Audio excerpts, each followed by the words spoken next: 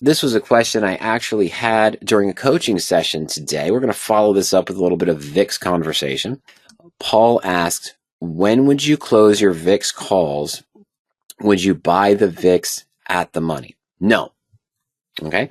And this was a coaching session, Paul, that I had today as well. The gentleman, Mr. Lawrence M., asked me about the approach for using the VIX to hedge a long portfolio.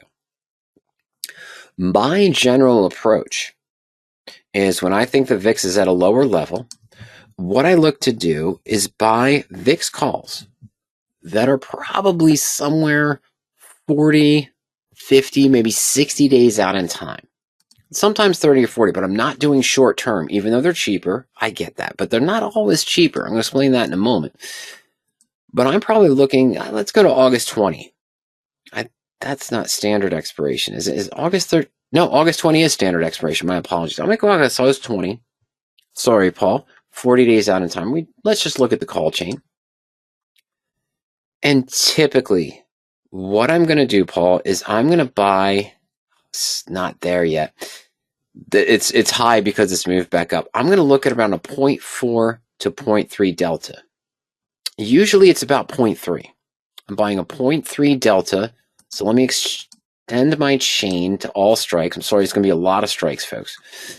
But I'm looking around 0.3. And yeah, that's about right. 23.50, 23. I'm looking at about $1, $1.10, $1.15 per contract. And I might buy 8, 10, 12 contracts. I usually only do this with about 2 or 3% of my total portfolio. Maybe a little bit more, maybe a little bit less, depending on what my expectation is. But that's what I generally look for. I'm looking for a 0.3 delta out of the money. Now, you said, when would you close your VIX calls? Am I buying it at the money? No. I'm going further out, just a preference here, because when the VIX moves, as you know, and you've seen, it moves so quickly. Okay? So what I want to do here, Paul, let's just go to big charts and let's look at the last snap. And it was back here. This one could be considered a snap, but I'm going to go back to, I'm going to go custom. Let's go custom. And on the custom date, I want to go from, let's go from January 25th, 2025. Oop, extra 8 there, Paul, my apologies. And we're going to go to we're going to May 10th.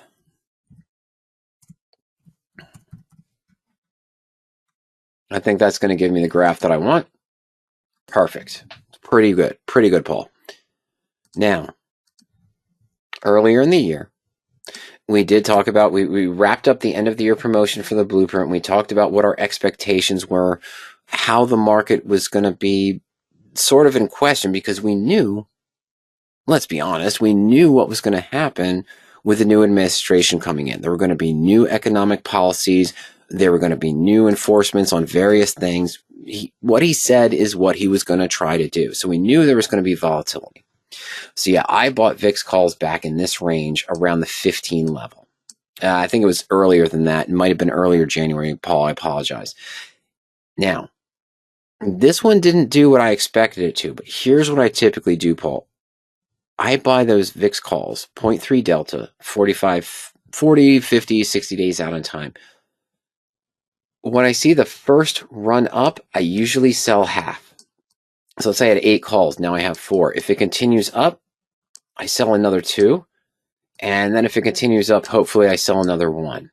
All right, now it pulls back and goes in this range. Normally, though, this was an interesting case scenario that normally you don't see with the VIX, Paul. Normally, what we see, my apologies, ladies and gentlemen, is this over here. And this was related to tariffs, and this was related to other things going on as well. Buying VIX calls down here at the 15 level, below 16 level, 15 level again. First spike up, first big run up here. Yeah, that one. Maybe even here. I sold half. Okay, so if I had 8 calls, I sold 4. This continued up, I sold 2. It starts to pull back, I sell 1. it settles back down, I sell one. Now, I'm not going to say that this is the best approach, but based on the history of the VIX, when you have this sudden movement, it calms back down very quickly.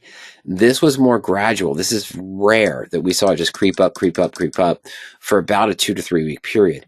This is more common. So it's important, in my opinion, historically what I've done and what I've seen is that when you get a spike that you want, sell half. When you've got 60, 70, 80% profit, sell half. Hold the rest, but the minute it starts to pull back, sell the other half and then close out. Now, we could look at this chart and say, Mike, you left so much money on the table. Your average cost out was here. Your average cost in was here. You lost all of this. But when these things are coming out, whether it's Gaza attacking Israel, whether it's Russia sending another 700 drones and ballistic missiles towards Ukraine, whether it's tough talk against Powell and the interest rates, whether it's a surprise, unexpected jobs report, unexpected employment rate, it happens quick, and then the market says, okay, we'll deal with this. We'll deal with this later. This is how it works. It's not like buying calls on a stock where you expect the trend to continue up and continue up and continue up. It's a sudden spike. So when I hit that level, maybe 50, 60, 70% profit on those initial first VIX calls, Paul, I'm closing half. If it continues up the next day, hey, that's great. I'm closing another half. But as I see it pulling back, I'm starting to dwindle down. Okay, it's a lot different than trading calls on a stock that you're expecting to move up. It's a lot different, maybe similar, I'd say, Paul, but it's a little bit different than buying calls on a stock that you have earnings coming up, because you expect, if you're right, that initial spike and, hey, let me get out at my 100, 150, 200% return on the position. Great if it works out for you. If not, the stock falls. Oh, shoot. Can I get out at 40 or 50% loss? No, I'm getting out at 80, 90% loss. That's a little bit different. But that's what we're looking to do. We're looking for the lows. This is kind of a low. Let's take a look at the MACD, even though that's very, very difficult to use. It's not quite bottoming out yet.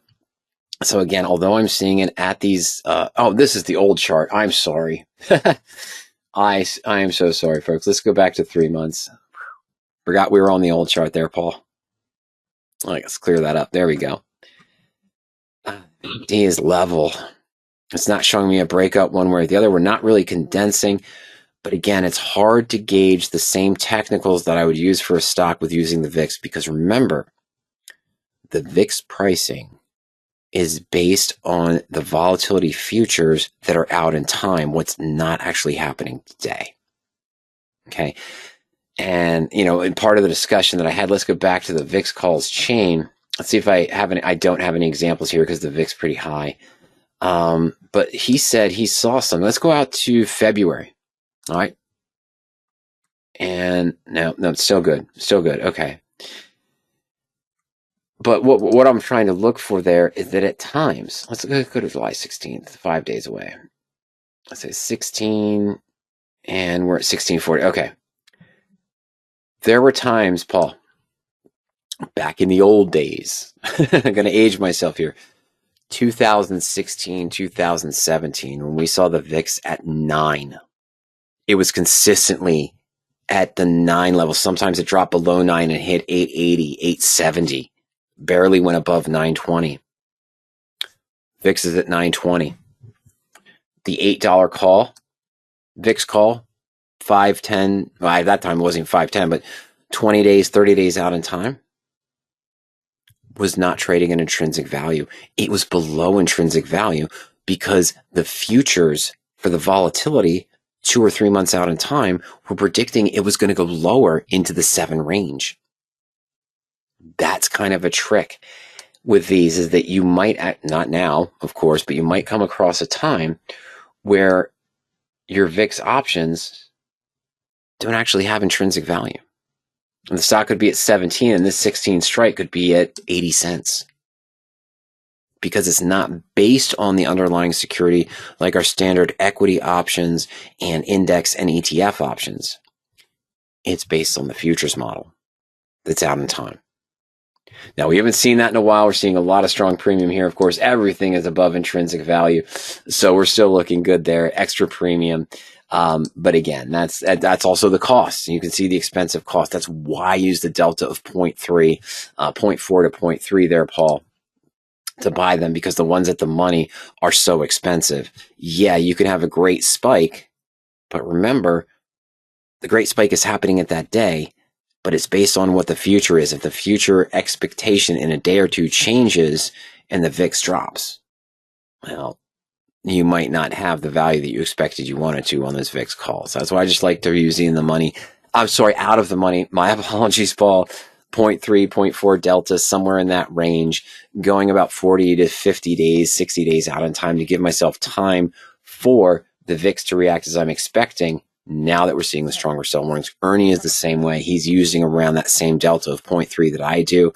He might be going shorter term. Last time we had a conversation, 20 or 30 days. I prefer to use the 40, 45, 50 days out in time, Paul. And then when I see that first spike, I usually sell half, wait to see what happens the next day. If it starts to pull back, I might sell another half. If it continues up, I might hold.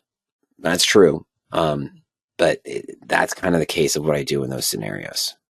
Right, what I look for in the VIX calls. And again, a smaller portion of my portfolio, I'm using it to hedge the unexpected of the bull put credit spreads, leverage spread trades, calendar call spreads, diagonal call spreads, or what you might call poor man's covered calls. But as you know, I don't like to use that term.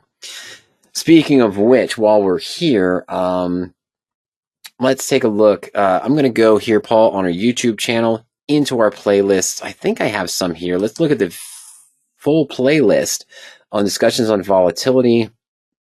We've got this trading volatility. How might trade one? VXX. That's another one to consider.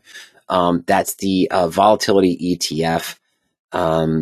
Okay, but I don't have a lot of not what I'm looking for here, but you got some good information. High implied volatility, I mean the stock is going up.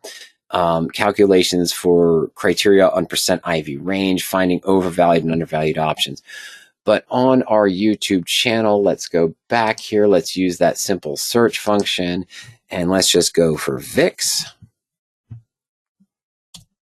Paul, discussion on VIX call buying here. That's about, what was that one? 21-minute conversation 5 years ago. Let's see here, 4 years ago. I'm looking for the recent ones, but yeah, just under a year ago. A discussion on VIX call buying kind of reviews what we just discussed today. Of course, we're going to post this presentation as well, this segment of our presentation, as well as the others. Recent look at the market sentiment and VIX trades as a market hedge. It's another one there, and we discussed some of these concepts. Yeah, so those are review of recent trades, buying calls on VIX, ATM, bear put debit spreads. 1 year ago, we started seeing the sell warnings, identifying calls on the VIX or other volatility ETFs to buy from about a year ago as well. And of course, you see how we've been doing this 3 years ago, 6 years ago. We've been working on these VIXs and doing that as well. And buying call options on the VIX 4 months ago. That's a more recent one, similar to what we just discussed here. But there's some other things you can do there. Go to our YouTube channel there, Paul, my apologies. Use our search function on our channel, look up VIX, and you've got some other insight there. And of course, we'll post this one as well.